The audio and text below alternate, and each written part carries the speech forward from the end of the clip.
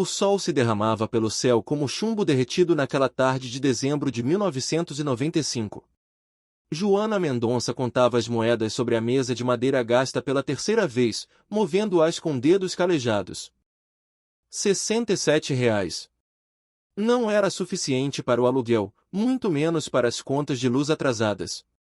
O envelope amarelo, com o aviso de despejo, continuava aberto sobre a mesa, como uma ferida exposta. Mãe, tem pão? A voz de Pedro, o filho mais novo de 12 anos, cortou o silêncio. Joana engoliu em seco, o rosto tenso pela preocupação constante. Só um pouquinho, filho. Guarde para o café da manhã. Pedro baixou os olhos, acostumado com a resposta. Seu estômago roncava, mas ele sabia não insistir. Com um movimento lento, guardou na gaveta o desenho que tinha feito na escola, uma casa grande. Com árvores ao redor, um sonho em papel. Desde que Antônio morrera no acidente na mineradora 8 meses antes, a vida se tornará uma luta constante contra a fome. Os R$ 120 da pensão não chegavam. Nem a metade do mês.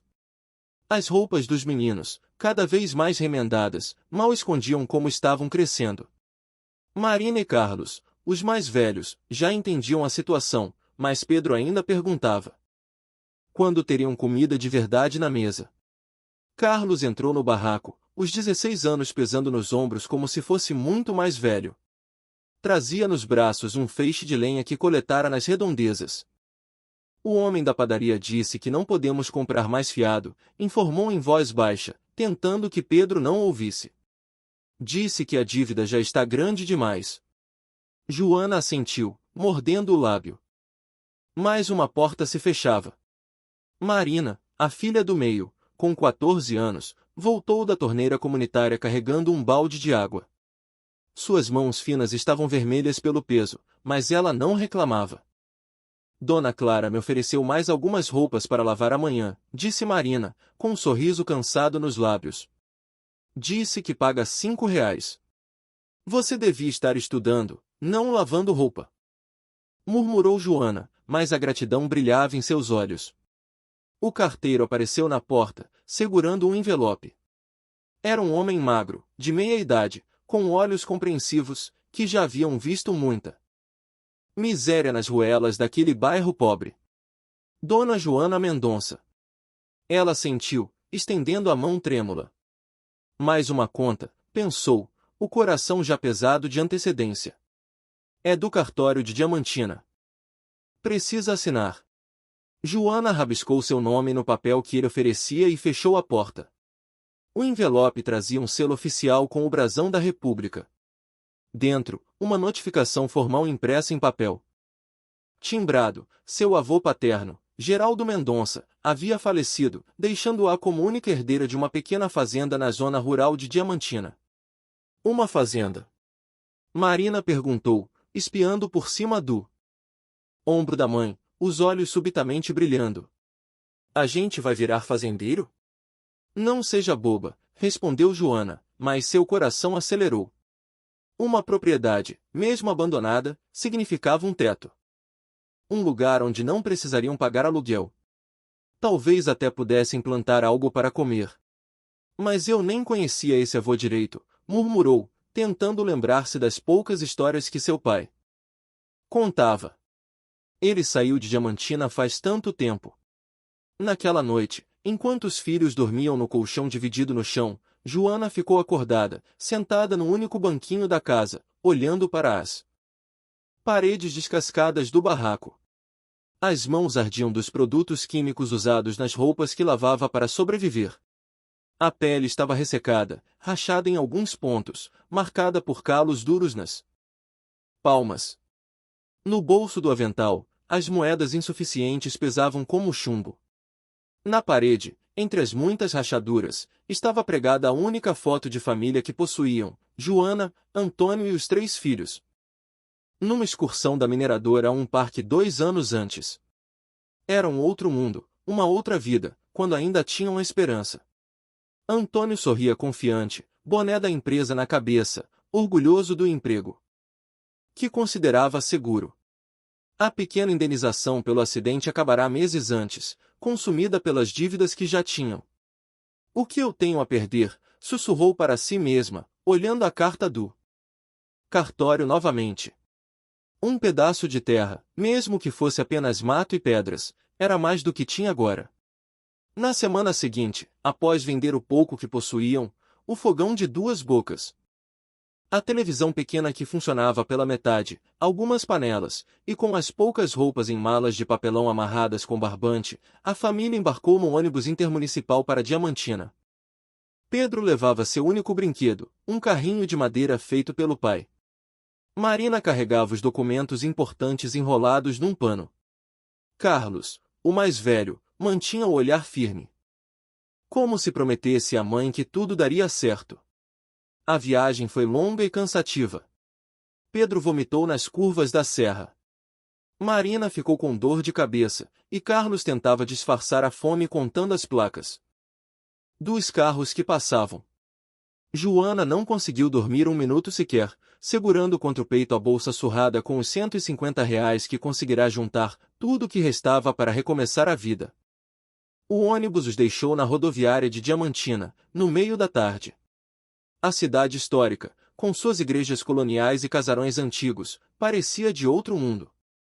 Turistas bem vestidos passavam com câmeras fotográficas, enquanto os quatro permaneciam parados na calçada com suas malas improvisadas, sem saber para onde ir. O cartório fica na Praça da Matriz, informou um frentista quando Joana perguntou. O escrivão do cartório, um homem de óculos finos e expressão severa, examinou os documentos de identidade de Joana com minúcia excessiva, como se suspeitasse de falsificação. Sim. Consta que a senhora é a única herdeira, confirmou finalmente. A fazenda fica a 12 quilômetros da cidade, na região do Ribeirão das Pedras. O imposto territorial está atrasado há 5 anos, mas como o valor da propriedade é baixo, a dívida não é grande. Quanto? Perguntou Joana, o coração apertado. R$ 230.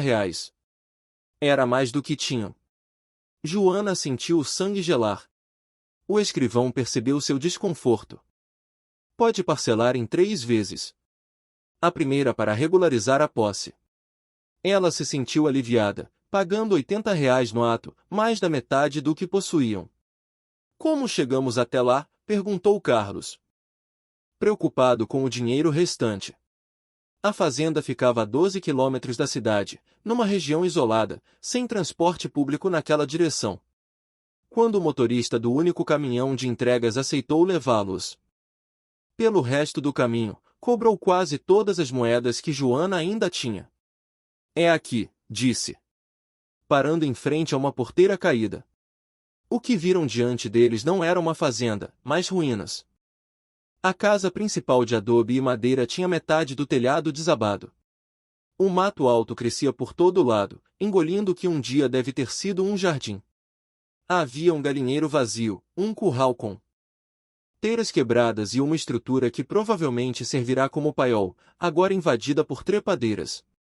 Mãe, a gente vai morar aqui? Perguntou Marina, a voz trêmula, olhando para uma janela sem vidros, onde um ninho de passarinho se instalara na moldura. Joana apertou os lábios, escondendo o desespero. Esperava uma casa simples, mas habitável. Isso era pouco mais que escombros. Vamos arrumar. Vai ficar bom. O caminhão partiu, deixando-os sozinhos com o silêncio sufocante do lugar. Uma aranha grande correu entre as pedras quando Carlos empurrou a porta da frente. O cheiro de mofo e poeira era tão forte que Pedro começou a tossir. Enquanto Carlos e Pedro exploravam a propriedade, Joana e Marina tentaram limpar um dos quartos para passarem a noite. O colchão que trouxeram foi estendido no chão batido.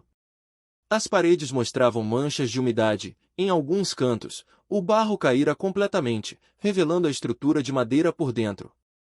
Acho que tem ratos, sussurrou Marina, apontando para pequenos excrementos num canto. Vamos espantá-los, respondeu Joana, fingindo uma confiança que não sentia. Tem um poço lá fora, anunciou Carlos ao voltar, suor escorrendo pelo rosto. Mas parece seco, e há uma horta abandonada. Pedro acrescentou, as mãos sujas de terra. Achei um pé de mandioca, mas está pequeno ainda. A primeira noite na fazenda foi de silêncio pesado.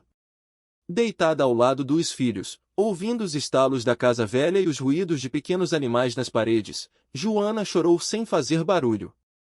As lágrimas escorriam pelo rosto enquanto olhava para um buraco no telhado, onde se via o céu estrelado. A herança que parecia salvação revelara-se quase tão miserável quanto a vida que deixaram para trás. Mas agora não havia volta. Tinham gasto quase tudo para chegar até ali. No dia seguinte, Joana acordou determinada. Os músculos doíam do colchão duro no chão, mas seus olhos tinham um brilho novo. Não permitiria que seus filhos a vissem desanimada. Carlos, vamos ver se aquele poço tem água. Marina, tente limpar mais um quarto. Pedro, junte gravetos para o fogão. A esperança era frágil, como um fio de linha, mas era tudo o que tinham. O poço ficava a uns 50 metros da casa, cercado por pedras grandes e escuras. A estrutura de madeira que um dia protegera a sua a abertura estava parcialmente podre, pendendo perigosamente para um lado. Carlos desceu o balde amarrado em uma corda gasta, mas voltou vazio. Apenas um pouco de lama no fundo. Deve ter secado há muito tempo, comentou desanimado. Joana observou as pedras ao redor do poço. Algumas pareciam ter sido colocadas de forma diferente, como se formassem algum tipo de padrão. Numa das laterais, notou que uma das pedras estava solta, deixando um espaço entre ela e o chão. Vamos tentar cavar mais fundo, disse ela, removendo a pedra. Talvez encontremos água. A pedra era mais pesada do que parecia. Quando finalmente conseguiram movê-la, um pequeno buraco se revelou por trás.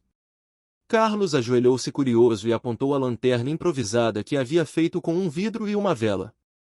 Tem alguma coisa brilhando lá embaixo, disse excitado. Enquanto mexia nas pedras ao redor, Joana percebeu algo estranho. Algumas tinham marcações, símbolos antigos quase apagados pelo tempo. Cruzes, setas e círculos entalhados no granito escuro. Carlos, está vendo isso? O filho se ajoelhou ao lado dela. Parece que alguém marcou essas pedras de propósito. Como um mapa. Sugeriu Pedro, seus olhos de 12 anos brilhando com a possibilidade de aventura. Ou como um aviso, murmurou Marina, sempre a mais cautelosa. Um som de motor interrompeu a conversa. Era o ronco de um jipe subindo a estrada de terra, levantando poeira avermelhada. Joana levantou-se rapidamente, limpando as mãos no vestido. O veículo parou junto à porteira caída e um homem alto, de chapéu de couro e barba grisalha, desceu com movimentos confiantes. Vestia uma camisa xadrez bem passada, calças de brim escuro e botas polidas, roupas simples, mas que denunciavam um conforto financeiro que Joana não conhecia há anos. Quem são vocês e o que estão fazendo na minha terra? Sua voz grave ecoou pela propriedade, áspera como cascalho. Joana se levantou, limpando as mãos sujas no avental. Carlos imediatamente se posicionou ao lado dela, os ombros tensos. Sou Joana Mendonça, neta de Geraldo Mendonça. Esta fazenda é minha herança. O homem soltou uma risada seca que soou como o papel sendo rasgado. Mendonça, aquele velho ladrão, cuspiu no chão, o desprezo evidente na expressão dura. Esta terra foi roubada da minha família há 50 anos. Tenho mais direito aqui que qualquer Mendonça. E documentos, respondeu Joana, a voz mais firme do que se sentia, o medo crescendo como uma sombra fria. Documentos. O homem se aproximou, os passos pesados esmagando-o. Capim seco. Sou Augusto Antunes. Todo mundo nesta região sabe que os Antunes são donos destas terras por direito. Seu avô era um forasteiro que apareceu do nada e se aproveitou da situação do país. Naquela época, Carlos se colocou à frente da mãe, os punhos cerrados. Mesmo sendo apenas um adolescente, parecia pronto para defender a família. Não queremos problemas, senhor. Joana tentou acalmar a situação, pousando uma mão no ombro do filho. Só viemos ocupar o que é nosso por direito. Augusto a examinou de cima a baixo, o olhar demorando-se nas roupas simples e surradas, nas mãos grossas de trabalho duro, nos rostos magros das crianças. Vocês têm 2 dias para assumir, disse Augusto, voltando para o jipe. Ou vão se arrepender. Esta terra tem dono de verdade. E não é qualquer papel que vai mudar isso. O motor roncou e o veículo desapareceu numa nuvem de poeira, deixando no ar um cheiro de diesel e ameaça. Mãe, quem era aquele homem? Perguntou Pedro, agarrando-se à saia dela, o rosto pálido de medo. Ninguém importante, filho. Mas suas palavras soavam ocas. Ela olhou para o poço, para as marcações nas pedras. Havia algo estranho naquela herança. Algo que não estava nos documentos do cartório. Marina se aproximou, o rosto preocupado. Mãe, o que a gente vai fazer? Vamos continuar arrumando a casa? Joana respondeu após um momento de hesitação, esta terra é nossa. Tem os papéis que provam. Mas durante o resto do dia, enquanto limpavam os cômodos, consertavam o que podiam do telhado com galhos e folhas secas e tentavam fazer um fogão improvisado com pedras, o peso da ameaça de Augusto Antunes pairava sobre todos. À noite, compartilharam o último pão que haviam trazido, comendo pequenos pedaços para que durasse mais. Carlos conseguirá acender uma fogueira pequena dentro do que restava de uma lareira, e o calor tímido era seu único conforto. Quando éramos pequenos, começou Joana, tentando distrair as crianças. Meu pai contava histórias sobre este lugar. Dizia que seu pai, meu avô Geraldo, era um homem muito trabalhador que veio do litoral para tentar a vida na região dos garimpos. Ele achou diamantes? Perguntou Pedro, os olhos brilhando. Não sei ao certo. Papai não falava muito sobre isso. Ele dizia apenas que o avô Geraldo teve que partir de repente e nunca mais voltou para buscar a fazenda. Meu pai era muito pequeno quando isso aconteceu. E por que ele deixaria uma fazenda para trás? Questionou Marina, sempre a mais perspicaz. Joana hesitou. Não sei, filha. Há muitas histórias sobre aquela época. Eram tempos difíceis. Naquela noite, uma tempestade caiu sobre a região. A água entrava pelas frestas do telhado quebrado, formando poças no chão de terra. Os relâmpagos iluminavam o céu em rajadas azuladas que transformavam a noite em dia por frações de segundo. Enquanto os filhos dormiam encolhidos no único canto seco, Joana observava a chuva cair. Pensando nas palavras ameaçadoras de Augusto Antunes e no mistério do avô que nunca conhecera. De repente, um estrondo mais forte que um trovão fez a casa tremer. Joana correu para a janela. O coração disparado. Um clarão revelou que parte do terreno próximo ao poço cedera, como se o solo tivesse desmoronado com o peso da água. Na manhã seguinte, quando a tempestade passou, Joana e os filhos foram verificar o estrago. A chuva provocara um desmoronamento, abrindo uma cratera ao lado do poço. E ali, exposto pela erosão, estava o que parecia ser a entrada de um túnel. Mãe, olha, apontou Pedro excitado. É uma caverna. Não era uma caverna natural. As paredes eram reforçadas com madeira antiga, criando um corredor estreito que descia em direção às profundezas. Carlos, pegue a lamparina, ordenou Joana, sentindo o coração disparar. Tinham encontrado uma vela velha na casa e adaptaram numa lata para servir como iluminação. A entrada era estreita, mas não tão pequena que um adulto não pudesse passar. Joana amarrou uma corda na cintura e, com a lamparina na mão, começou a descer pelo túnel. Carlos insistiu em ir junto, enquanto Marina e Pedro ficaram na entrada, observando ansiosos. O ar era úmido e pesado, cheirando a terra molhada e algo metálico. As paredes tinham as mesmas marcações das pedras do poço, cruzes, setas, círculos. Algumas tábuas de madeira que reforçavam o túnel estavam apodrecidas, ameaçando ceder a qualquer momento. Cuidado, mãe, alertou Carlos quando uma tábua estalou sob o peso de Joana. O túnel descia em leve declive por uns 10 metros até terminar em uma pequena câmara. E lá, parcialmente enterrado na lama, estava um cofre de ferro coberto de ferrugem e terra. Carlos gritou. Desça mais. Encontrei algo. O cofre era pesado, mas não tão grande que não pudessem movê-lo. Com esforço, mãe e filho amarraram o objeto à corda e o puxaram gradualmente para a superfície. Marina e Pedro aguardavam ansiosos, os olhos arregalados quando viram o que emergia do buraco. É um tesouro? Perguntou Marina, a voz trêmula. É um cofre antigo, respondeu Joana, tentando não alimentar esperanças irreais. Pode não haver nada de valor dentro. Mas por que alguém esconderia um cofre vazio num túnel secreto? Argumentou Pedro, a lógica infantil fazendo sentido. Joana tocou o cofre com dedos hesitantes. Estava trancado, a fechadura antiga corroída pelo tempo e pela umidade. Carlos, pegue aquela barra de ferro do curral. Usando a barra como alavanca, forçaram a tampa enferrujada. O metal protestou com rangidos agudos, resistindo por longos minutos. Finalmente, com um estalo súbito, a tampa cedeu. O brilho dourado que emanou de dentro fez todos prenderem a respiração.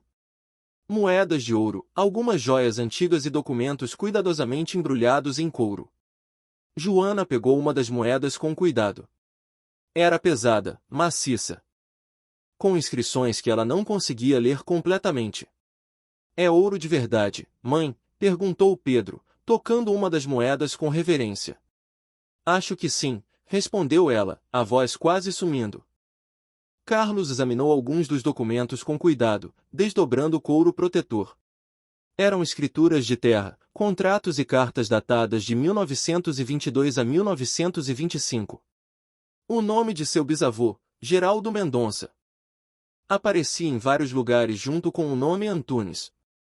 São papéis importantes, comentou, as sobrancelhas franzidas em concentração. Tem carimbos oficiais e assinaturas. O que diz? Perguntou Joana, incapaz de ler as letras antigas e elaboradas. Algo sobre registro de propriedade, respondeu Carlos, tentando decifrar a caligrafia antiga. E aqui tem uma carta assinada por um juiz da época, dizendo que a compra das terras por Geraldo Mendonça foi legítima.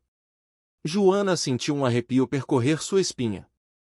Aqueles documentos poderiam ser a prova de que a terra realmente pertencia à sua família, contra as alegações de Augusto Antunes.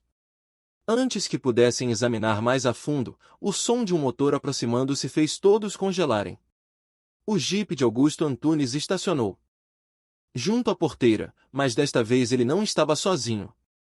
3 outros homens o acompanhavam, todos com espingardas nas mãos.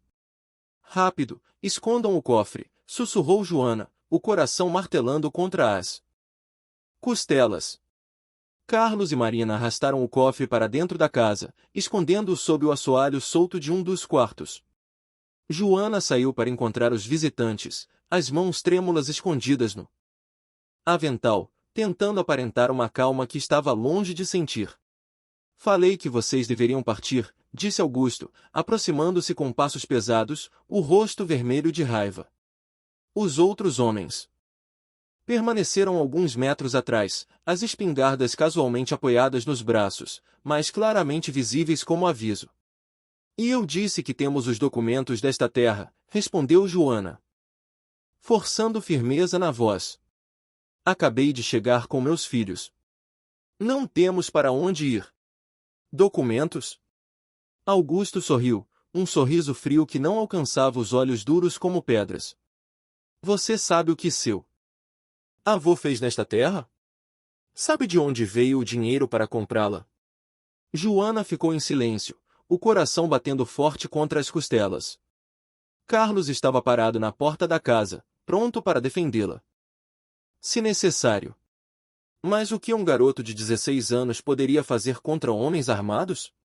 Seu avô era um gatuno, uma raposa que sabia enterrar bem seus segredos.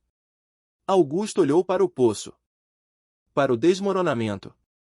Seus olhos se estreitaram quando notou a entrada do túnel exposta. O que vocês encontraram aqui? Nada além de lama e madeira podre, respondeu Joana rápido demais, sentindo o suor frio escorrer pelas costas. Augusto fez um sinal para os homens, que começaram a caminhar em direção ao poço. Foi quando uma voz idosa interrompeu a cena. Deixa a moça em paz. Augusto. Uma senhora de cabelos brancos e pele enrugada como couro velho vinha pelo caminho, apoiada em uma bengala. Era pequena, mas sua presença fez Augusto parar. Vestia roupas simples, mais limpas, e trazia nos olhos escuros uma autoridade que vinha com a idade. Dona Zefa, murmurou ele, tocando a aba do chapéu em sinal de respeito relutante. Essa terra tem dono agora, disse a velha, aproximando-se de Joana. E a neta de Geraldo tem todo o direito de estar aqui. A senhora não sabe do que está falando, respondeu Augusto, mas havia hesitação em sua voz. Os outros homens trocaram olhares inquietos. Sei mais do que você imagina, retrucou Dona Zefa. Seu avô e Geraldo Mendonça tinham contas antigas, é verdade, mas não são do jeito que você conta por aí. Augusto encarou a velha por um longo momento, o rosto endurecido por algo que parecia tanto raiva quanto medo. Finalmente fez um gesto brusco para os homens. Vamos embora, mas isso não acabou. Antes de entrar no jipe, apontou para Joana, cuidado com o que desenterrar nesta terra. Alguns segredos são perigosos. Quando eles partiram, Joana virou-se para a senhora. Obrigada, disse. A gratidão evidente na voz trêmula. Não me agradeça ainda, menina, respondeu Dona Zefa, os olhos escuros fixos no rosto de Joana. Você se parece com seu avô, tem o mesmo olhar determinado. A senhora o conheceu? Conheci bem demais, respondeu a velha com um suspiro, o olhar perdendo-se por um momento em memórias distantes. Posso entrar? Tenho histórias que você precisa ouvir. A casa estava em ruínas, mas Joana improvisou um lugar para a senhora assentar. Uma velha caixa coberta com um pano limpo, o melhor que podiam oferecer. Marina trouxe água fresca que haviam coletado da chuva, servida numa caneca lascada. Dentro da casa mal cuidada, sentada em seu assento improvisado, Dona Zefa olhou para os 3 filhos de Joana e depois para a própria Joana. Havia algo em seus olhos, sabedoria, compaixão e uma tristeza antiga. Seu avô não era ladrão, como dizem por aí, começou a voz baixa, obrigando todos a se aproximarem para ouvir. Era garimpeiro, como muitos naquela época. Trabalhava duro, de sol a sol, nas beiras dos rios. Tinha olho bom para a pedra, sabia onde procurar. Dona Zefa aceitou um gole de água antes de continuar. Um dia encontrou ouro em terras que não tinham dono declarado. Não era muito, mas o suficiente para comprar um pedaço de terra e registrar a descoberta. A velha olhou pela janela quebrada para o horizonte onde o sol começava a descer. Mas o velho Antunes, avô deste Augusto que saiu daqui, era poderoso, um coronel de patente comprada. Quando soube do ouro, acusou seu avô de roubo. Disse que a terra era dele por direito histórico, que sua família possuía tudo desde os tempos do Império. E não era? Perguntou Joana, fascinada. A terra era de quem chegasse primeiro e registrasse? Seu avô fez tudo certo. Pagou os impostos, levantou a escritura, mas nos anos 20 a lei era do mais forte. Dona Zefa balançou a cabeça lentamente. O coronel Antunes tinha jagunços, tinha amigos no governo. Geraldo tinha apenas seu trabalho honesto e sua família para proteger. A velha senhora olhou diretamente para Carlos, como se medisse o jovem. Houve uma noite em que homens armados vieram à fazenda. Seu avô sabia que viriam. Tinha preparado um esconderijo para a família, mas ele mesmo ficou para trás, para dar tempo aos outros fugirem. Naquela mesma noite, seu avô desapareceu, levando consigo o ouro que tinha encontrado e todos os documentos que provavam seu direito. E o que aconteceu com ele? Perguntou Marina, os olhos arregalados. Ninguém sabe ao certo. Os Antunes espalharam que ele fugiu como o ladrão que era, que tinha roubado terras e ouro, mas quem conhecia Geraldo sabia que não era verdade. E agora, Augusto acha que encontramos o ouro do meu avô, concluiu Joana. Não é só ouro que ele teme que vocês encontrem, disse a velha, os olhos brilhando com uma intensidade surpreendente. São os documentos, provas de que o velho Antunes forjou papéis, subornou autoridades, ameaçou testemunhas, provas que podem fazer a família Antunes perder não só esta fazenda, mas metade das terras que possuem na região. É por isso que ele nos quer. Fora daqui, concluiu Joana, sentindo um calafrio percorrer sua espinha. Ele os quer fora antes que descubram a verdade. Dona Zefa confirmou, acariciando a superfície da caneca com dedos nodosos. Seu avô era esperto. Sabia que um dia alguém de seu sangue voltaria.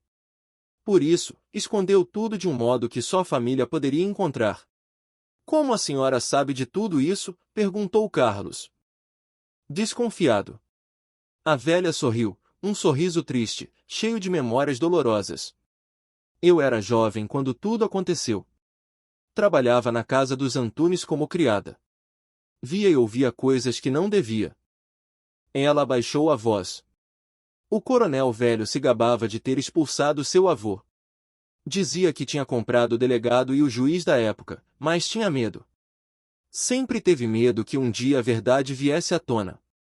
Pedro, que estivera quieto, absorvendo cada palavra, finalmente falou, e nosso avô, o que aconteceu com ele? Dona Zefa hesitou. Muitos dizem que ele fugiu. Outros acreditam que... Ela não completou a frase, mas o silêncio disse mais que palavras. Mataram ele? Perguntou Pedro diretamente, com a inocência cruel da juventude. Ninguém sabe ao certo, respondeu a velha. Mas se vocês encontraram o cofre, ele conseguiu esconder o que importava. E esse era o plano dele, garantir que a verdade sobrevivesse mesmo que ele não pudesse. Depois que a velha partiu, prometendo voltar no dia seguinte com alguma comida, Joana reuniu os filhos. Precisamos ver o que tem nos documentos do cofre. Carlos trouxe o cofre de seu esconderijo sob o assoalho. A lamparina iluminava os papéis amarelados, enquanto Joana, com a ajuda de Carlos, que sabia ler melhor, examinava cada um. O tempo desbotara algumas partes, mas ainda era possível entender a maioria do conteúdo. Havia escrituras originais da terra, registros de depósitos de ouro no Banco da Capital e cartas trocadas entre autoridades locais e o avô de Augusto. Em algumas delas, ficava claro que o velho Antunes ameaçara não só o avô de Joana, mas vários outros pequenos proprietários da região. Mãe, olha isso. Carlos apontou para uma carta em particular. O avô dele ameaçou o delegado da época se não aceitasse documentos falsificados.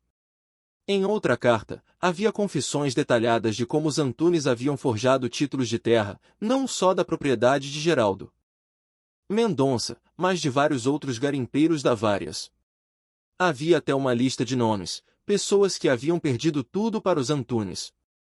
É por isso que o cofre estava escondido, murmurou Joana. Meu avô não fugiu como ladrão. Ele escondeu as provas para protegê-las. Mas por que ele não as usou na época? Perguntou Marina.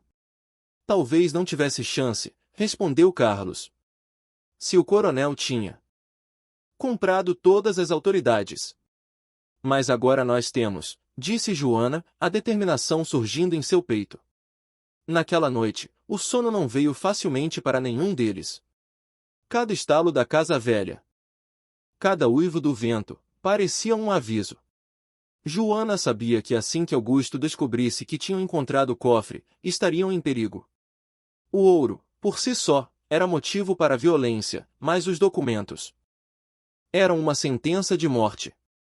Pela manhã, Carlos surpreendeu a todos com uma decisão. Vou até a cidade hoje. Preciso descobrir quem é o delegado novo, saber se podemos confiar. É perigoso, protestou Joana. Os Antunes podem estar vigiando a estrada. Não vou pela estrada principal.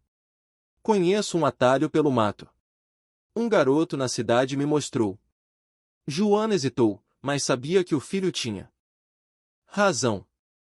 Precisavam de ajuda, alguém com autoridade para protegê-los quando a verdade viesse à tona. Tome cuidado, disse finalmente, abraçando o filho com força. E não conte a ninguém sobre o cofre. Ainda. Carlos partiu ao amanhecer, carregando apenas um cantil de água e alguns documentos menos importantes como prova inicial. Joana, Marina e Pedro passaram o dia tentando melhorar a casa. Encontraram ferramentas velhas no paiol e conseguiram consertar parte do telhado. No quintal, descobriram o que um dia deve ter sido uma horta. Algumas ervas resistentes ainda cresciam entre o mato. Podemos plantar aqui de novo, disse Pedro animado. Tomate, feijão, abóbora. Joana sorriu, vendo pela primeira vez um futuro possível naquela terra. Se conseguissem provar seu direito. Se os Antunes fossem finalmente expostos, aquela fazenda poderia realmente se tornar um lar.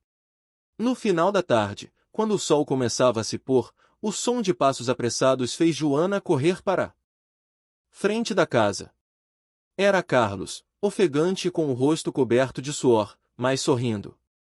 Consegui falar com o delegado novo, mãe. Ele não é daqui. Veio de Belo Horizonte. Disse que vai nos ouvir amanhã. Cedo. Joana sentiu um alívio imenso. E o que você contou a ele? Só disse que tínhamos documentos que provavam um roubo de terras antigo. Ele pareceu interessado, principalmente quando mencionei o nome Antunes. Por quê? Perguntou Marina, aproximando-se. Parece que Augusto Antunes tem problemas com a lei.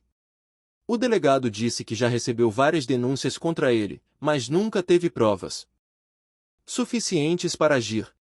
A esperança cresceu no peito de Joana. Talvez finalmente a justiça estivesse ao alcance. Ah, encontrei Dona Zefa na cidade, acrescentou Carlos. Ela disse que vai vir amanhã cedo para nos acompanhar até a delegacia.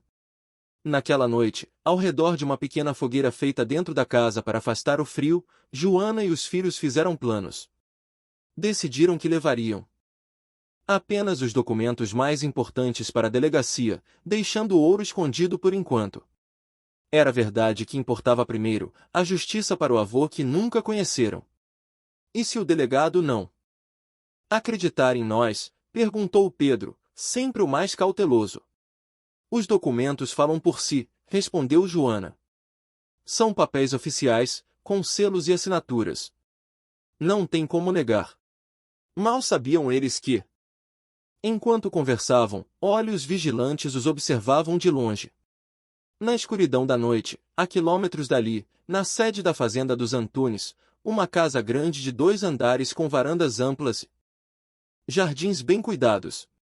Augusto recebia notícias de um dos seus capatazes. Eles encontraram algo no poço, patrão. O menino foi à cidade hoje, falou com o delegado novo. Augusto Antunes bateu com força na mesa, fazendo os copos de cristal tilintarem. Aquele delegado intrometido, sempre querendo mostrar serviço. O que fazemos, patrão? Perguntou o capataz. Augusto levantou-se lentamente. O rosto contorcido em uma expressão sombria. Prepare os homens. Vamos visitar nossa propriedade esta noite, se eles encontraram o que acho que encontraram. Na fazenda, Joana acordou sobressaltada. No meio da noite. Um barulho distante, como um galho quebrando, penetrara seu sono leve. Levantou-se cuidadosamente para não acordar os filhos e foi até a janela. A luz da lua cheia iluminava o terreno ao redor da casa, criando sombras alongadas. Por um momento, pensou ter visto um movimento entre as árvores, mas quando apertou os olhos, não havia nada. Só o vento, murmurou para si mesma. Mas algo a incomodava, uma sensação persistente de perigo. Checou o cofre sob o assoalho. Continuava lá, seguro. Os documentos mais importantes estavam separados em um embrulho de couro, prontos para serem levados à cidade no dia seguinte. Joana voltou para o colchão, mas não conseguiu dormir. Lembrou-se das histórias que seu pai contava sobre o avô Geraldo, fragmentos de memória que agora faziam sentido sob uma nova luz. Como ele era um homem justo, que acreditava no trabalho honesto, como respeitava a terra e suas leis. Vou limpar seu nome, avô, prometeu em silêncio. Vou provar que você estava certo. O resto da noite passou lentamente, cada minuto arrastando-se como horas. Quando os primeiros raios de sol começaram a entrar pelas frestas das paredes, Joana estava de pé, preparando a única refeição que podiam ter, um mingau ralo de farinha com água. Acordem, chamou os filhos. Temos que estar prontos quando Dona Zefa chegar. Carlos levantou-se. Rapidamente, sempre o primeiro a despertar. Marina esfregou os olhos cansados enquanto Pedro resmungou querendo dormir mais. Hoje é o grande dia, disse Joana, tentando soar animada. Vamos contar a verdade sobre nosso avô. Enquanto comiam, fizeram os últimos preparativos.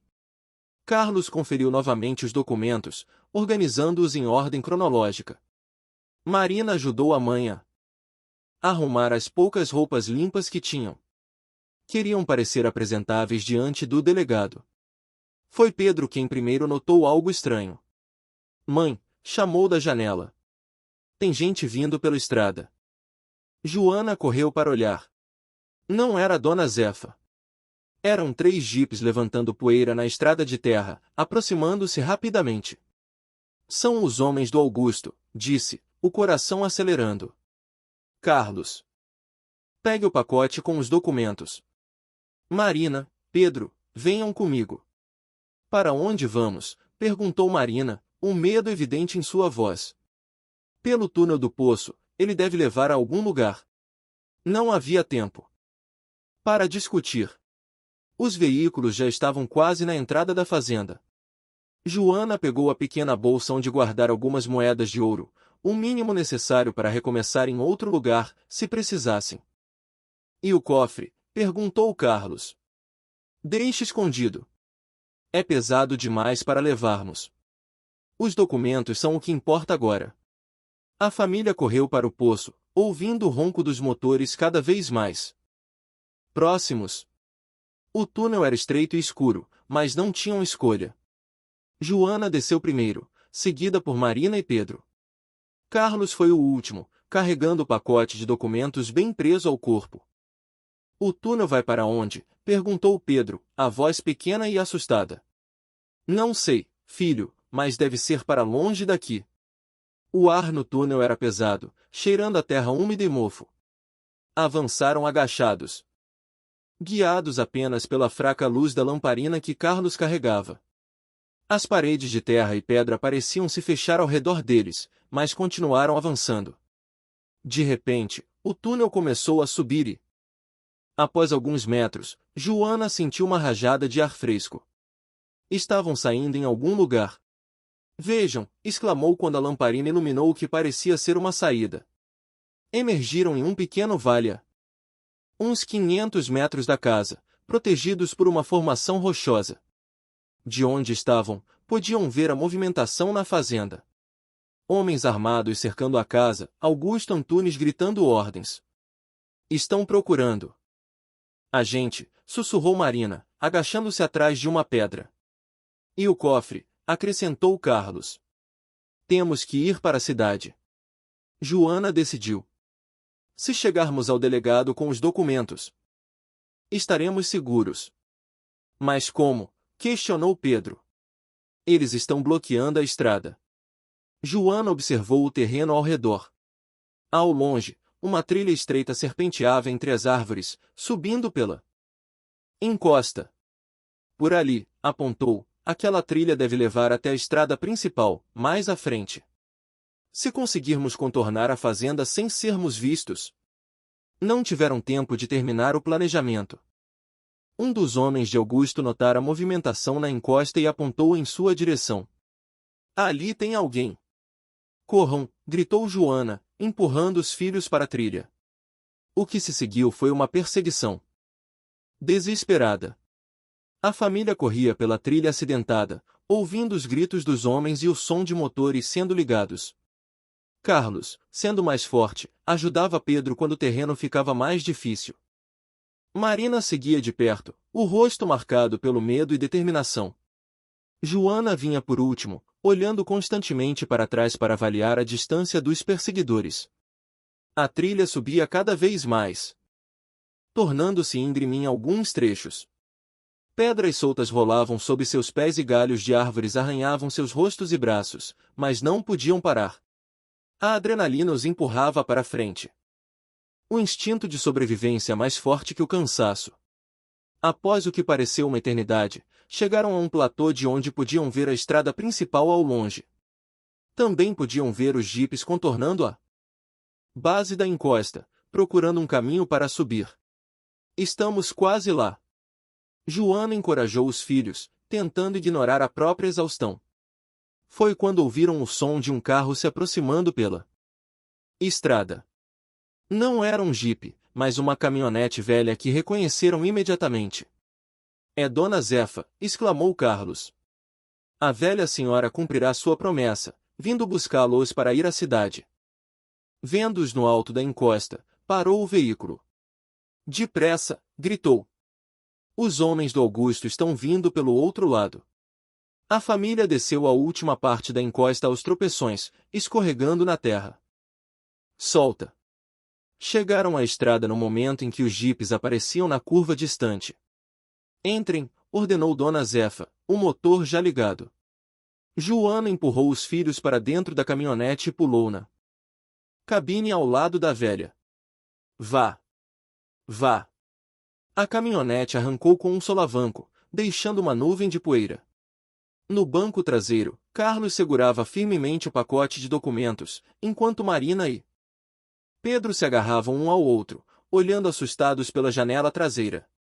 O Augusto descobriu sobre o cofre, perguntou Dona Zefa, acelerando ao máximo que o velho motor permitia. Acho que sim.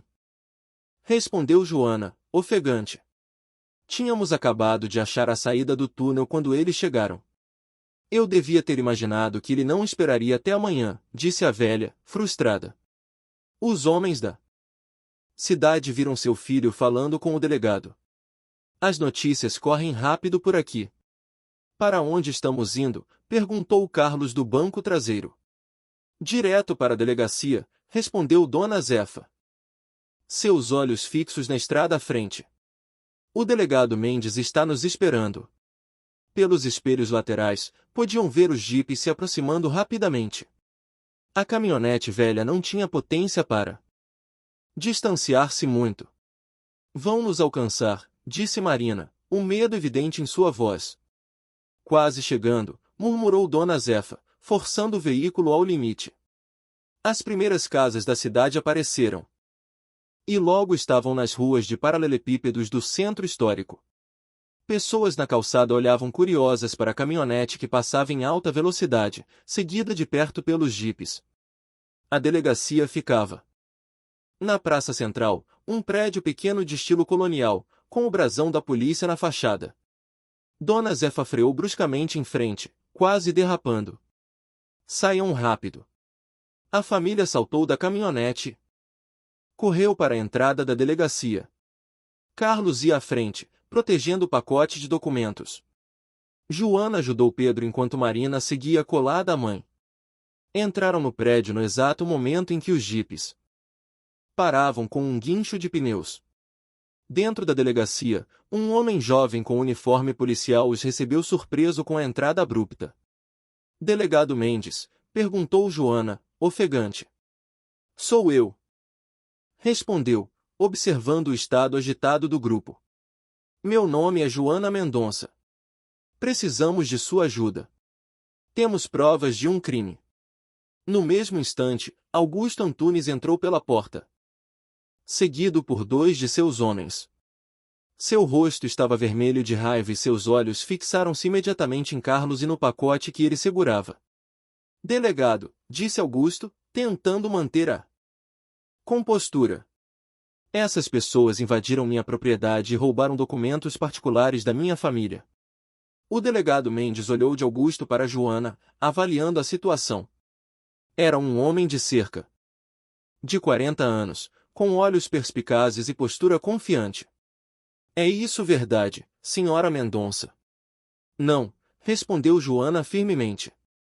Aquela terra pertence à minha família. Temos os documentos originais que provam isso. Ela fez um sinal para Carlos, que se aproximou com o pacote.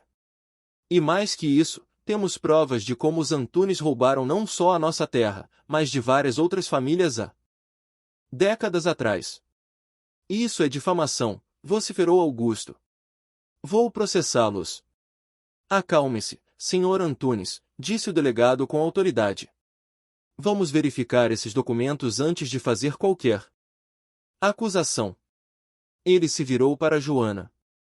Senhora Mendonça, pode me mostrar o que tem? Carlos entregou o pacote ao delegado, que o levou para sua mesa. Abriu com cuidado o embrulho de couro, revelando os papéis antigos. Esses são documentos oficiais, comentou enquanto examinava as páginas amareladas. Escrituras originais, cartas, algumas com o timbre do governo estadual. Enquanto o delegado lia os papéis, um silêncio tenso pairava na sala. Dona Zefa entrará também e estava ao lado de Joana, dando apoio silencioso. Os homens de Augusto permaneciam perto da porta, como se prontos para impedir qualquer fuga.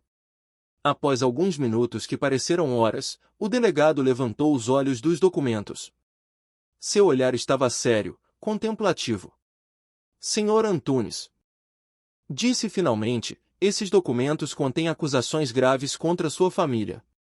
Há evidências aqui de falsificação de escrituras, suborno de autoridades e até ameaças. Papéis velhos não provam nada, rebateu Augusto, mas sua voz vacilou levemente. Pelo contrário, respondeu o delegado, pegando uma das cartas. Esta carta, por exemplo, assinada por seu avô, admite explicitamente o pagamento de propina ao juiz da comarca em 1925 para transferir ilegalmente a propriedade de Geraldo Mendonça para o nome dele. Augusto empalideceu visivelmente. E não é só isso, continuou o delegado. Há uma lista aqui de pelo menos 12 outras propriedades que foram tomadas da mesma forma. O rosto de Augusto contorceu-se em uma mistura de raiva e medo. Por um momento, Joana temeu que ele fosse avançar contra eles, mas o delegado estava preparado. Sargento, chamou um policial que estava no canto da sala. Acompanhe o Sr. Antunes até minha sala. Vamos tomar o depoimento dele formalmente. Isso não vai ficar assim, ameaçou Augusto enquanto era conduzido para outra sala. Seus olhos fixaram-se em Joana com um ódio visceral. Vocês não sabem com quem estão mexendo. Quando ele saiu, o delegado voltou-se para Joana. Senhora Mendonça, estes documentos são extremamente importantes. Vou precisar mantê-los em custódia para a investigação oficial, mas posso garantir que sua reivindicação sobre a fazenda será levada a sério. E enquanto isso, perguntou Joana, preocupada. Não temos para onde ir. E depois do que aconteceu hoje? Tenho medo de voltar para lá. O delegado pensou por um momento. Há uma casa nos fundos da delegacia, onde costumávamos abrigar testemunhas. Vocês podem ficar lá por enquanto, sob nossa proteção. Joana olhou para seus filhos, os rostos cansados, as roupas sujas, os olhos ainda assustados, mas com um brilho de esperança. Eles haviam arriscado tudo por justiça, pelo legado de um avô que nunca conheceram. Obrigada, delegado, disse ela. Finalmente, aceitamos sua oferta. Naquela noite, pela primeira vez em muitos dias, Joana e seus filhos dormiram em camas reais, com lençóis limpos e sem medo de serem atacados durante o sono. A casa nos fundos da delegacia era simples, mas infinitamente mais confortável que a fazenda em ruínas. Na manhã seguinte, o delegado Mendes veio visitá-los com novidades. Augusto Antunes está detido para investigação, informou. Encontramos armas ilegais em sua casa e seus homens confessaram terem sido ordenados a dar um susto em vocês. E quanto aos documentos? Perguntou Carlos ansiosamente. Já enviei cópias ao juiz da comarca. Ele está fascinado com o caso. Aparentemente os Antunes têm sido um problema na região há gerações. E não são só as terras. Há indícios de outros crimes, como sonegação de impostos e até mesmo envolvimento em desaparecimentos antigos. Como o do meu avô? Perguntou Joana, sentindo um aperto no peito. O delegado assentiu gravemente. É possível. Estamos reabrindo arquivos antigos, fazendo conexões. Vai demorar algum tempo, mas a verdade começou a vir à tona. E o ouro? Perguntou Pedro inocentemente. O delegado sorriu. Bem, tecnicamente, se estava enterrado em sua propriedade e pertencia ao seu avô, é de vocês por direito, mas precisaremos documentá-lo oficialmente. 2 dias depois, sob escolta policial, Joana e sua família retornaram à fazenda para recuperar o cofre. A casa fora revistada pelos homens de Augusto, mas eles não haviam encontrado o esconderijo sob o assoalho. O cofre continuava lá, intacto. Com o passar das semanas, a investigação avançou rapidamente. Outras famílias da região, ao saberem do caso, vieram à frente com suas próprias histórias de terras roubadas pelos Antunes. O império que a família construíra ao longo de gerações começou a desmoronar sob o peso da verdade. 3 meses depois, Joana estava na varanda recém-construída da casa da fazenda, observando Carlos e alguns trabalhadores contratados instalando um sistema de irrigação para a nova plantação. Com o ouro encontrado, ela contratara ajuda para reconstruir a propriedade. O telhado estava novo. As paredes foram rebocadas e a eletricidade finalmente chegará à casa. Marina voltará a estudar na escola da cidade, levada todos os dias por uma perua escolar. Pedro ajudava a cuidar da horta, que agora produzia legumes e verduras suficientes, não só para a família, mas para vender na feira local. Dona Zefa aparecia regularmente para visitas, trazendo doces histórias sobre o avô que Joana nunca conhecera. A velha senhora tornará-se parte da família, a conexão viva com um passado que finalmente estava sendo resgatado. Ele estaria orgulhoso, dizia a velha, observando as melhorias na propriedade. Não só pelo que você recuperou, mas pelo que está construindo. Uma tarde, enquanto Joana regava a horta, um carro oficial parou na estrada. Era o delegado Mendes, acompanhado pelo novo juiz da comarca e mais algumas pessoas que ela não conhecia. Dona Joana cumprimentou o delegado. Este é o Sr. Oliveira. Ele representa outras 5 famílias que tiveram terras roubadas pelos Antunes.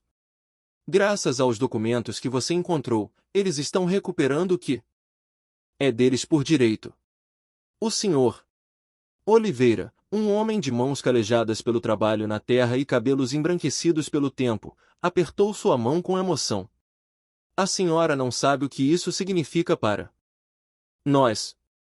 As ações esperando justiça. Os outros visitantes eram representantes de famílias que, assim como a dela, haviam sido vítimas dos Antunes. Ao todo, mais de 20 propriedades haviam sido identificadas nos documentos como roubadas ilegalmente ao longo dos anos. O processo legal ainda vai levar tempo, explicou o juiz. Mas com as evidências que temos, a restituição é apenas uma questão formal agora. E quanto a Augusto Antunes? Perguntou Joana. Vai enfrentar julgamento por diversos crimes, respondeu o delegado. Fraudar escrituras é apenas a ponta do iceberg. Encontramos evidências de crimes ambientais, sonegação fiscal e até mesmo envolvimento em um esquema de desvio de verbas públicas. Joana sorriu, abraçando os filhos que se juntaram a ela para receber os visitantes. O sol começava a se pôr, pintando o céu de laranja e vermelho. A propriedade, antes decadente e assombrada por segredos, agora respirava vida nova. As marcas nas pedras do poço, que antes pareciam ameaçadoras, agora contavam uma história de resistência e esperança. Sabe, mãe, disse Carlos, observando o pôr do sol. Acho que não foi sorte a gente herdar esta fazenda. Foi como se vô Geraldo soubesse que um dia precisaríamos dela. Joana assentiu, pensando no avô que nunca conhecera, mas cujo legado mudará completamente seu destino e o de seus filhos. De lavadeira sem esperanças a proprietária de terra e símbolo de justiça, a transformação parecia um sonho. Mas os calos em suas mãos, ainda presentes apesar dos meses de trabalho diferente, lembravam-na de onde viera. E agora, mãe? Perguntou Pedro, correndo até eles com uma galinha no encalço. Agora somos ricos. Joana sorriu, puxando o filho para um abraço. Somos donos do nosso destino, filho. É mais valioso que qualquer tesouro. Enquanto a noite caía sobre a fazenda dos Mendonça, as luzes acesas nas janelas da casa restaurada brilhavam como faróis na escuridão, guiando para casa não só uma família, mas toda uma comunidade que finalmente encontrava justiça depois de décadas de opressão. O delegado e os visitantes partiram, prometendo retornar em breve com mais notícias. No horizonte, as estrelas começavam a pontilhar o céu, e uma brisa suave balançava as folhas das árvores recém-plantadas no quintal. O que vai fazer com o resto do ouro, mãe? Perguntou Carlos quando estavam novamente sozinhos na varanda. Joana olhou para o horizonte, onde as luzes de outras propriedades pontilhavam à distância, como estrelas terrestres. Algumas delas pertenciam a famílias que, como a dela, estavam reescrevendo suas histórias graças aos documentos encontrados no cofre. Uma parte vai ficar guardada para a educação de vocês, respondeu, passando os braços pelos ombros dos 3 filhos. O resto, olhou para a estrada onde o carro do delegado desaparecia, vai ajudar a criar uma cooperativa para todas as famílias que estão recuperando suas terras. Seu bisavô não escondeu aquele cofre só para nós. Ele deixou uma chance de justiça para muita gente. As crianças assentiram, compreendendo a magnitude daquela decisão. Não se tratava apenas de riqueza material, mas de reconstruir uma comunidade inteira que fora fraturada pela ganância dos Antunes. Meses depois, a cooperativa estava formada. Famílias que antes mal conseguiam sobreviver nas pequenas propriedades que lhes restaram agora se uniam em um projeto comum. Com o ouro, Joana financiara a compra de equipamentos agrícolas que seriam compartilhados entre todos. Um trator novo, bombas de irrigação ou ploadê de ferramentas modernas que ninguém sozinho poderia pagar, mas que juntos podiam usar e manter. Cooperativa Rural Geraldo Mendonça era o nome pintado no galpão central, construído estrategicamente entre as propriedades para facilitar o acesso de todos.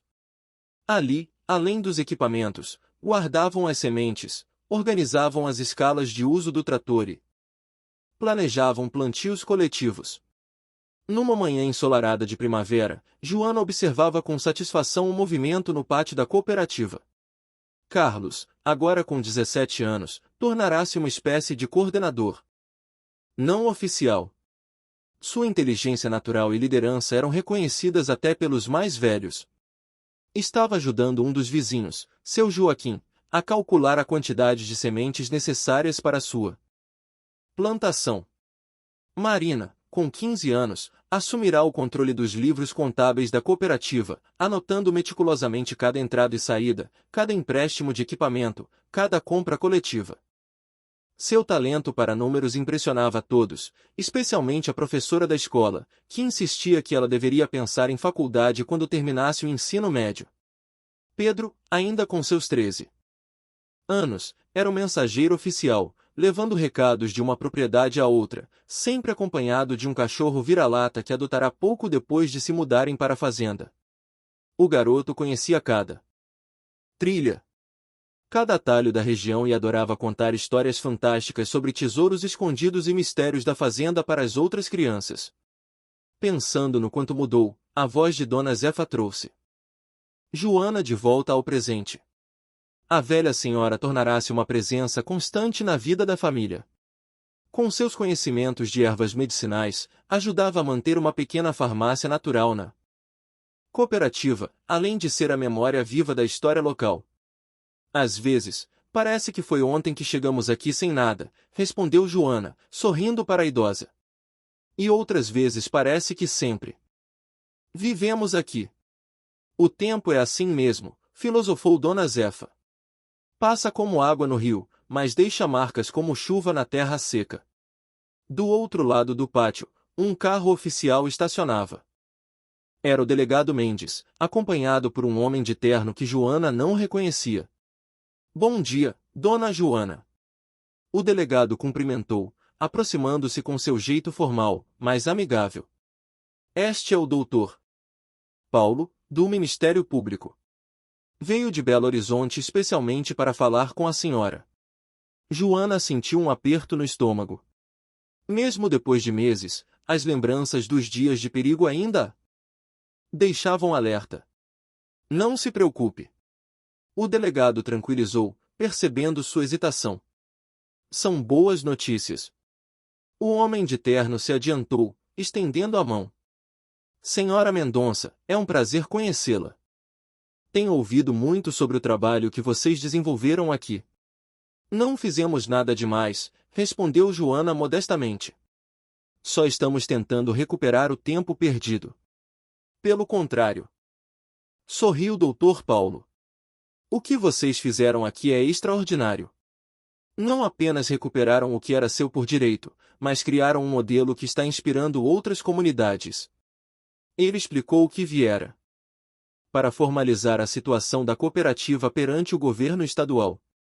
Os documentos encontrados no cofre do avô Geraldo haviam aberto não apenas o processo contra os Antunes, mas também desencadeado uma revisão de antigas grilagens de terra em toda a região. O caso dos Antunes está prestes a ir a julgamento, informou o promotor. Augusto está preso preventivamente por ameaça, posse ilegal de armas e obstrução da justiça. Os bens da família estão bloqueados enquanto investigamos o alcance dos crimes. E as terras? Perguntou Joana. Esse é o motivo principal da minha visita. Dr. Paulo respondeu, abrindo a pasta que trazia. O juiz federal determinou a devolução imediata de todas as terras comprovadamente griladas. São 17 propriedades ao todo, incluindo a sua. Ele estendeu um documento oficial para Joana. Este é o título definitivo da Fazenda Mendonça, agora registrado oficialmente em seu nome. Ninguém mais poderá questionar a posse. Joana pegou o papel com mãos trêmulas. A emoção formava um nó em sua garganta. Era mais que um documento. Era a validação final da verdade pela qual seu avô lutara. Tem mais. O promotor continuou. O governo aprovou um projeto piloto para apoiar cooperativas rurais em áreas de conflito fundiário. A de vocês foi selecionada para receber o primeiro financiamento. Ele explicou os detalhes. Recursos para infraestrutura, assistência técnica, linhas de crédito especiais para os cooperados. Uma oportunidade não apenas de sobrevivência, mas de prosperidade para todas as famílias envolvidas. Por que nós? Perguntou Joana, surpresa com a magnitude do apoio. Por que vocês já provaram que funciona? Respondeu Dr. Paulo simplesmente. Enquanto o processo contra os Antunes corria. Vocês não ficaram apenas esperando. Construíram algo novo, algo que beneficia toda a comunidade. É exatamente o tipo de iniciativa que o governo quer incentivar. Naquela tarde, uma reunião extraordinária foi convocada na cooperativa. Todos os membros, agora mais de 20 famílias, compareceram para ouvir as novidades trazidas pelo promotor. O galpão estava cheio, com pessoas sentadas em bancos improvisados, crianças correndo entre os adultos, um clima de expectativa no ar. Joana, normalmente reservada, encontrou-se no centro das atenções, explicando os planos, respondendo perguntas, compartilhando a visão de futuro que começava a se formar. Não será fácil, alertou para o grupo. Teremos muito trabalho pela frente, mas juntos podemos fazer dessa terra o que ela sempre deveria ter sido. Um lugar de vida digna para todos, não apenas para os poderosos. Seu Joaquim, um dos mais velhos da comunidade, levantou-se com lágrimas nos olhos. Dona Joana. Quando os Antunes tomaram minha terra há 30 anos, pensei que morreria sem justiça. Hoje, graças à senhora e seu avô, posso sonhar em deixar algo para meus netos. Um a um, outros se levantaram para compartilhar histórias semelhantes, décadas de opressão que finalmente encontravam um ponto final, a dor transformada em esperança. Ao anoitecer, uma celebração improvisada começou no pátio da cooperativa. Alguém trouxe um violão, outro uma sanfona. Comidas simples do campo foram compartilhadas: frango caipira, angu, couve refogada, doces de frutas da estação. As crianças brincavam em volta da fogueira. Os adultos conversavam em pequenos grupos, planejando o futuro com uma liberdade que muitos nunca haviam experimentado. Carlos trouxe uma garrafa de vinho que haviam guardado para uma ocasião especial e serviu a Joana. A memória do vô Geraldo, brindou.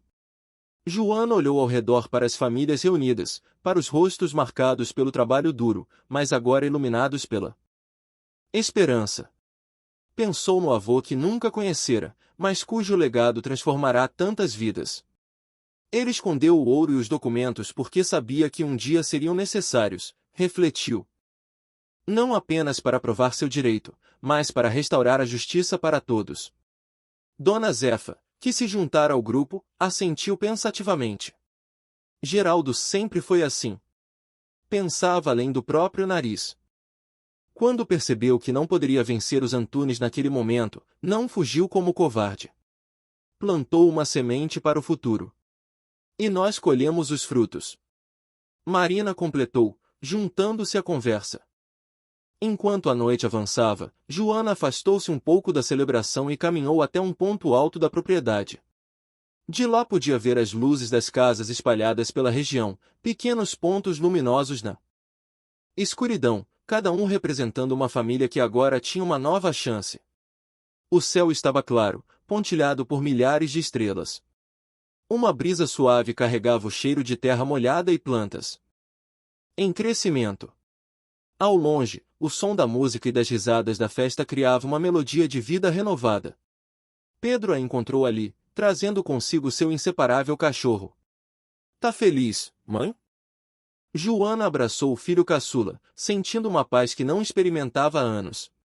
Estou, filho, muito feliz. A gente vai ficar rico com essa cooperativa? Perguntou o menino, sempre prático. Joana riu. Rico do jeito que importa, Pedro. Teremos o suficiente para viver bem, para estudar, para construir algo que dure. E, mais importante, teremos construído algo justo. O menino pareceu ponderar sobre isso por um momento, acariciando o cachorro pensativamente. Acho que o vô Geraldo ia gostar disso mais do que do ouro, né? Tenho certeza que sim, respondeu Joana. Surpresa com a sabedoria do filho. Voltaram juntos para a festa, onde Carlos e Marina conversavam animadamente com outros jovens sobre planos para expandir a cooperativa. Havia ideias de beneficiamento de produtos locais, de turismo rural, aproveitando a beleza natural da região, de cursos técnicos para os mais jovens. Olhem a mãe, anunciou Pedro, puxando Joana para o centro da roda. Alguém aumentou o volume da música e logo Joana se viu sendo convidada para dançar. Hesitou por um momento. Fazia tanto tempo que não dançava. Não desde os tempos de namoro com Antônio. Mas o clima de celebração era contagiante e ela acabou cedendo, juntando-se a outros na dança animada, girando na roda, sentindo o ritmo da música. Joana experimentou uma sensação de pertencimento que perderá há muito tempo. Ali, naquela terra que agora era oficialmente sua, cercada por pessoas que compartilhavam não apenas os mesmos desafios, mas também as mesmas esperanças. Ela finalmente se sentia em casa. A festa durou até tarde da noite. Quando finalmente se recolheram à casa restaurada, Joana encontrou os filhos já adormecidos. Carlos no sofá da sala. Marina e Pedro dividindo o quarto que haviam decorado juntos. Observou-os por um momento, agradecida por terem sobrevivido a tantas dificuldades, por terem encontrado não apenas um teto, mas um propósito. Sentou-se na varanda da frente, contemplando a noite. O poço, agora reformado e funcionando perfeitamente, estava silencioso sob a luz da lua. Parecia impossível que há apenas Alguns meses aquele mesmo poço revelara um segredo enterrado por décadas, mudando para sempre o curso de suas vidas. Na manhã seguinte, quando o sol mal começara a tingir o céu de rosa, Joana estava de pé. Havia muito trabalho a ser feito, muitos planos a concretizar. A cooperativa estava apenas começando, e o desafio de transformar um modelo de justiça em um modelo de prosperidade exigiria esforço constante. Mas ao observar o nascer do sol sobre as terras recuperadas, sentiu uma certeza profunda. O tesouro mais valioso do avô Geraldo não fora o ouro, mas a verdade. O ouro comprará uma segunda chance para a família, mas a verdade restaurará a dignidade de toda uma comunidade. Lentamente, as outras casas começaram a despertar. Fumaça saía das chaminés. Portas se abriam. O dia de trabalho se iniciava, um novo dia em terras finalmente livres. Joana tomou um gole do café que preparara e sorriu. A luta pela justiça valerá cada sacrifício e, embora o passado não pudesse ser apagado, o futuro agora pertencia a eles. Um futuro construído não sobre a exploração, mas sobre a cooperação, não sobre o medo, mas sobre a esperança. Carlos juntou-se a ela na varanda, bocejando e esfregando os olhos. Bom dia, mãe. Pensando no que vem pela frente, respondeu Joana, sorrindo, passando o braço pelos ombros do filho. Agora mais alto que ela. Pensando em como chegamos até aqui e em como vamos continuar. Juntos observaram o sol nascendo completamente, iluminando os campos que agora floresciam, com novas plantações, com novas promessas, com nova vida. Sabe, filho, disse Joana suavemente. Quando seu pai morreu, pensei que nossa história tinha acabado. Agora vejo que era apenas o começo de um novo capítulo. Carlos assentiu, compreendendo. E foi um bom capítulo, não foi? Mesmo com todas as dificuldades. E foi. Joana confirmou, olhando para o horizonte onde outras fazendas da cooperativa começavam a despertar. E o melhor ainda está por vir. Se esta história tocou seu coração como tocou o meu ao criar, deixe seu like e se inscreva no canal agora mesmo. Cada segundo dessa jornada de superação foi feito pensando em você, que também sonha em mudar seu destino contra todas as probabilidades. Inscreva-se e não perca nenhuma dessas histórias que nos lembram que o verdadeiro tesouro está na coragem de enfrentar o medo. Até o próximo mistério.